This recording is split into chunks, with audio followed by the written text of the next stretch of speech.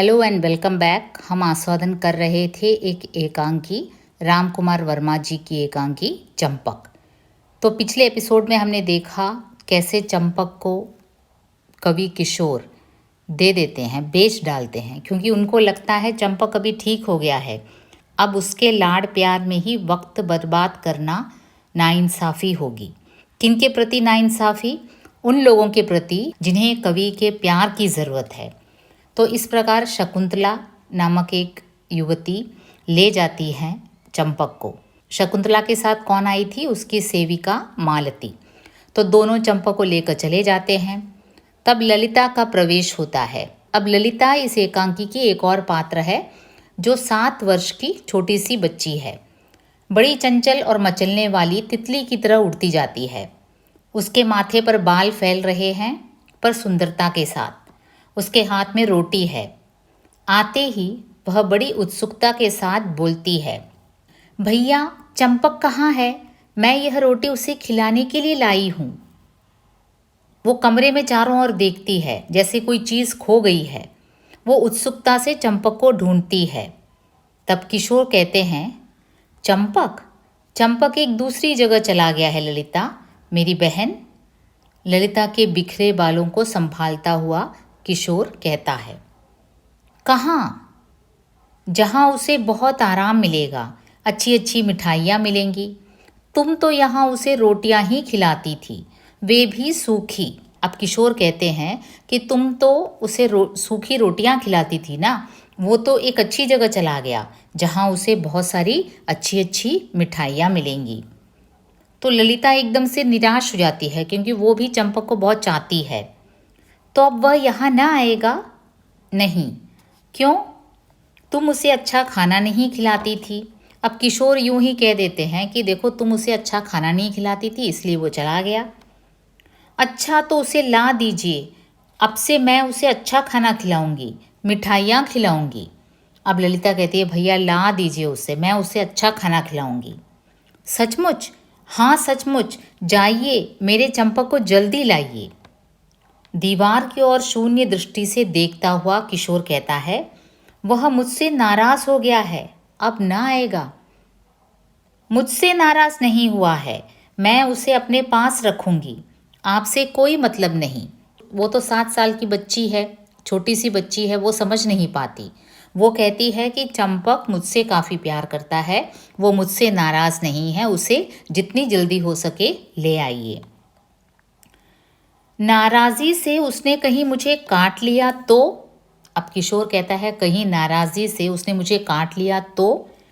नहीं काटेगा, मैं उससे कह दूंगी, आप जाइए जल्दी जाइए। अब देखिए ललिता मानती नहीं है। तो किशोर एकदम अस्थिर होकर स्वगत कहता है, अपने आप ही कहता है, क्या करूं? सुनो, चंपक को तुम्हारी बहन ले गई है, मैं उनसे कह दूंगा कि वह ललिता के पास चंपक को कभी कभी ले आया करे। अब देखो किशोर एक और तरीके से उसे समझाने की कोशिश करता है। वो कहता है कि देखो तुम्हारी बहन ले गई है चंपक को। कौन बहन? अब ललिता पूछती है, ये कौन सी बहन? तुम्हारी एक बहन है, उसका नाम है शकुंतला देवी। मैं किसी को नहीं पहचानती, आप मेरे चंपक को ला दीजिए। अब ललिता बिल्कुल नहीं मानती है। वो कहती है, मैं किसी बहन को नहीं पहचानती, मुझे कुछ नहीं सुनना, मुझे बस अपने चंपक को चाहिए। रोने लगती है। तो आश्वासन देते हुए किशोर कहते हैं, अच्छा अभी जाता हूँ, अगर चंपक नहीं मिलेगा तो उससे अच्छा चंपक लाऊंगा, तुम उसके लिए अच्छी अच्छी रोटी तैयार करो। अब किशोर कहते हैं, अच्छा मैं जाता हूँ, अगर चंपक नहीं मिला तो ऐसा करते हैं, चंपक से भी अच्छा कोई चंपक ले आऊँगा, तुम अच्छी अच्छी रोटियां बनाओ। नहीं, मिठाई खिलाऊंगी। अब ललिता कहती है, अब तो मैं रोटी नहीं, उसे मिठाइयाँ खिलाऊंगी। अच्छा मिठाई ही सही, जाओ मिठाई तैयार करो, मैं भी चंपक की खोज में जाता हूँ। अब किशोर चंपक की खोज में निकल पड़ता है और ललिता भी जाती है। किशोर बाहर जाने के लिए कपड़े पहनता है, इतने में ही बाहर से एक स्वर, भूखे को एक रोटी दे दो। अब देखो एक स्वर आता है, भूखे को एक रोटी दे दो। कौन है? अब किशोर पूछते हैं, कौन है? तो एक 50 वर्ष का एक वृद्ध प्रवेश करता है। ओके, उसके कपड़े फटे हुए हैं, सारा शरीर रूखा और कुरूप है। उसका दाहिना पैर टूट गया है, जिससे उसे लंगड़ा कर चलना पड़ता है। उसके हाथ में एक लाठी है। उसके सहारे वह अपने शरीर का बोझ रखे हुए है। वह कराहता हुआ सा बोलता है। अब देखिए, एक 50 वर्ष का बूढ़ा आदमी प्रवेश करता है। उसके हाथ में एक लाठी है और वो लंगड़ा लंगड़ा कर चलता है और बोलने लगता है, भूखे को एक रोटी दे दो। तुम भूखे हो? मैंने 4 दिन से अन्न नहीं देखा। मांगते मांगते हैरान हूँ। लोग हंसी उड़ाकर सामने ही लंगड़े बनने की नकल करते हैं, चिढ़ाते हैं, गाली देते हैं।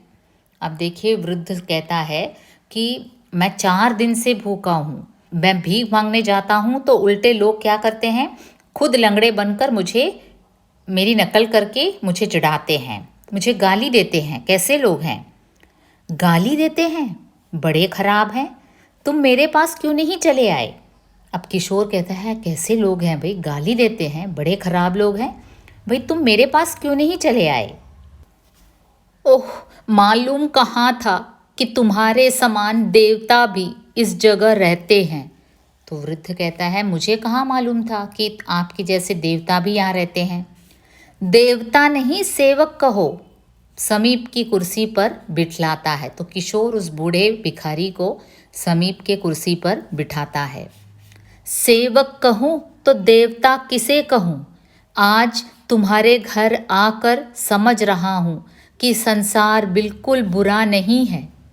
अब देखिए, वृद्ध कहता है, मैंने तो सोचा था पूरा संसार ही बुरा है, क्योंकि लोग जब मैं भीख मांगने जाता हूँ ना, तो मुझे चिढ़ा कर, मुझे लंगड़ा कहकर मुझे डांटते हैं, गाली देते हैं।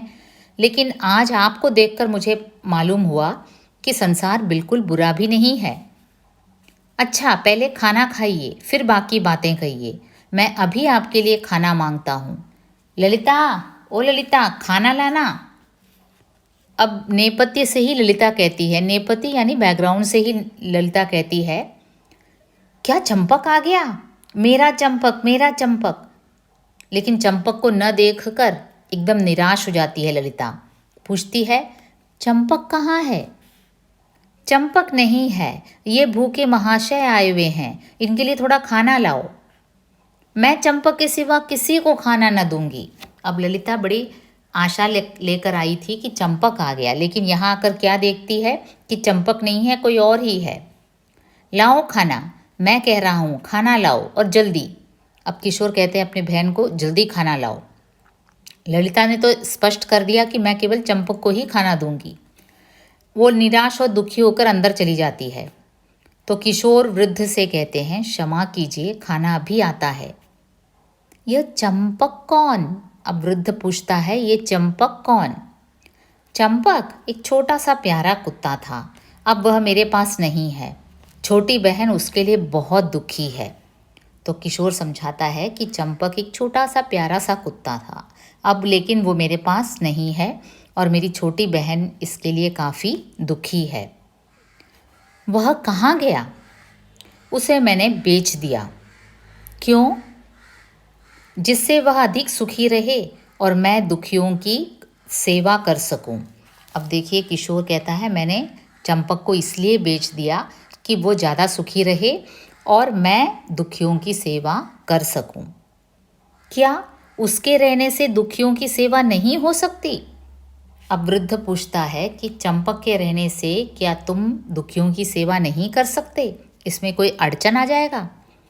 नहीं, जब तक वह घायल था, यानी कि जब तक वह घायल था तब तक मेरी सेवा की ज़रूरत थी उसे। घायल? अब जो बूढ़ा आदमी आया था वो एकदम चौंक कर कहता है, घायल था?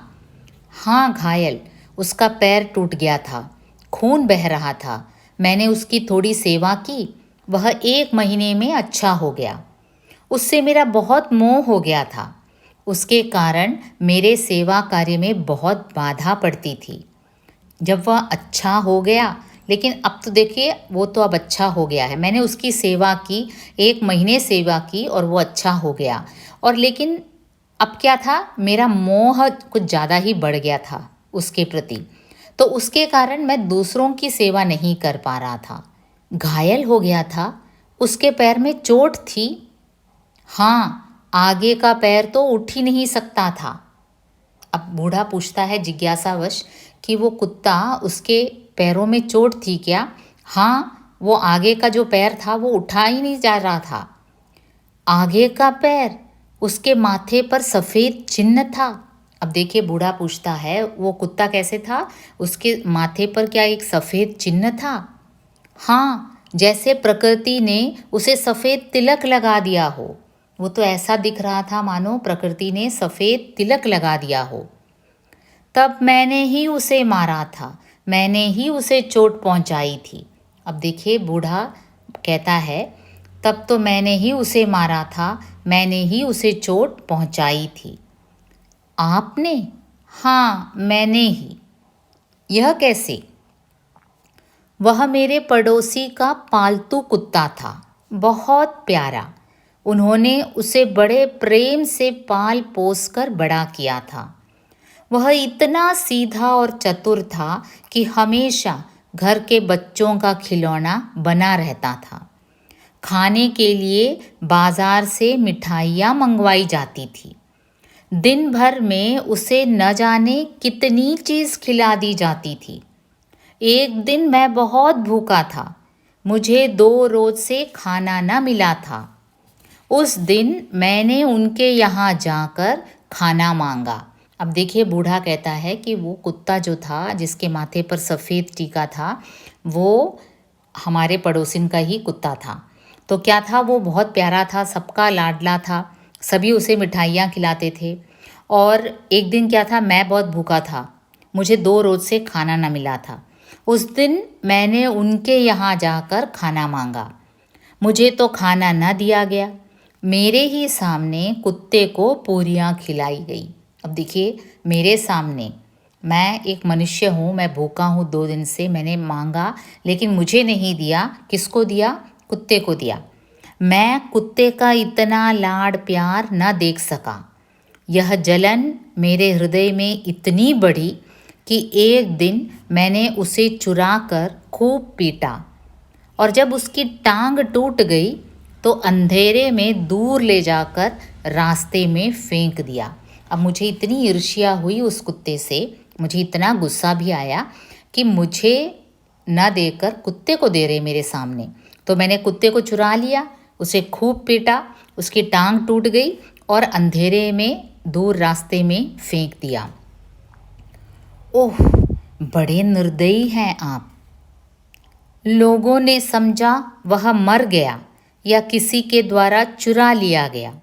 मेरे पड़ोसी के बच्चे उस कुत्ते के लिए बहुत दिनों लौटते और गलियों गलियों अपने कुत्ते को खोजते फिरते। एक बच्चे के मन को तो कुत्ते के खो जाने का इतना सदमा पहुंचा कि वह 1 महीने तक बीमार रहा। वह कुत्ता घायल अवस्था में कितने दिनों तक पड़ा रहा, यह मैं नहीं जानता। अब देखिए बूढ़ा सच कहता है कि उस कुत्ते को मैंने मारा, उसकी टांगें तोड़ दी, अंधेरे में छोड़ दिया, और मेरे जो पड़ोसी हैं बहुत दिनों तक उसकी खोज में भटकते रहे। और फिर ऐसा भी हुआ कि एक बच्चे का मन तो कुत्ते के प्रति इतना प्यार था कि वह 1 महीने तक बीमार रहा, एक बच्चा। ओह, कितनी निर्दयता। अब किशोर जो है, जो काफ़ी दयालु था, दूसरों के प्रति करुणा भाव रखता था, जानवरों के प्रति भी और आदमियों के प्रति भी, जानवरों के प्रति भी और मनुष्यों के प्रति भी। तो वो कहता है कितनी निर्दयता। उस समय न जाने मेरे हृदय में इतनी जलन कैसे हो गई थी। कुत्ते इतने लाड प्यार से पाले जाएं और भूखे मनुष्यों की ओर समाज ध्यान न दे। कुत्ते मखमली गद्दों पर सुलाए जाएं और हम गरीबों को सोने के लिए टाट भी नसीब न हो। उस समय मुझे क्या था, इतना गुस्सा आया, मेरा मन कहने लगा कि भाई ये समाज भी कैसा है। कुत्ते को इतना लाड प्यार करते हैं, मनुष्यों को भूखा रखते हैं, कुत्ते मखमली गद्दों पर सुलाए जाते हैं, गरीबों को तो सोने के लिए ठाट भी नहीं है। कुत्ते दूध मलाई खाएं और हम लोग सूखे टुकड़ों के लिए तरसें। उनका एल्फ्रेड पार्क में प्रदर्शन हो और हम लोग, अब देखिए एक तरफ उनका प्रदर्शन भी होता है, कुत्तों का प्रदर्शन एग्जीबिशन होता है,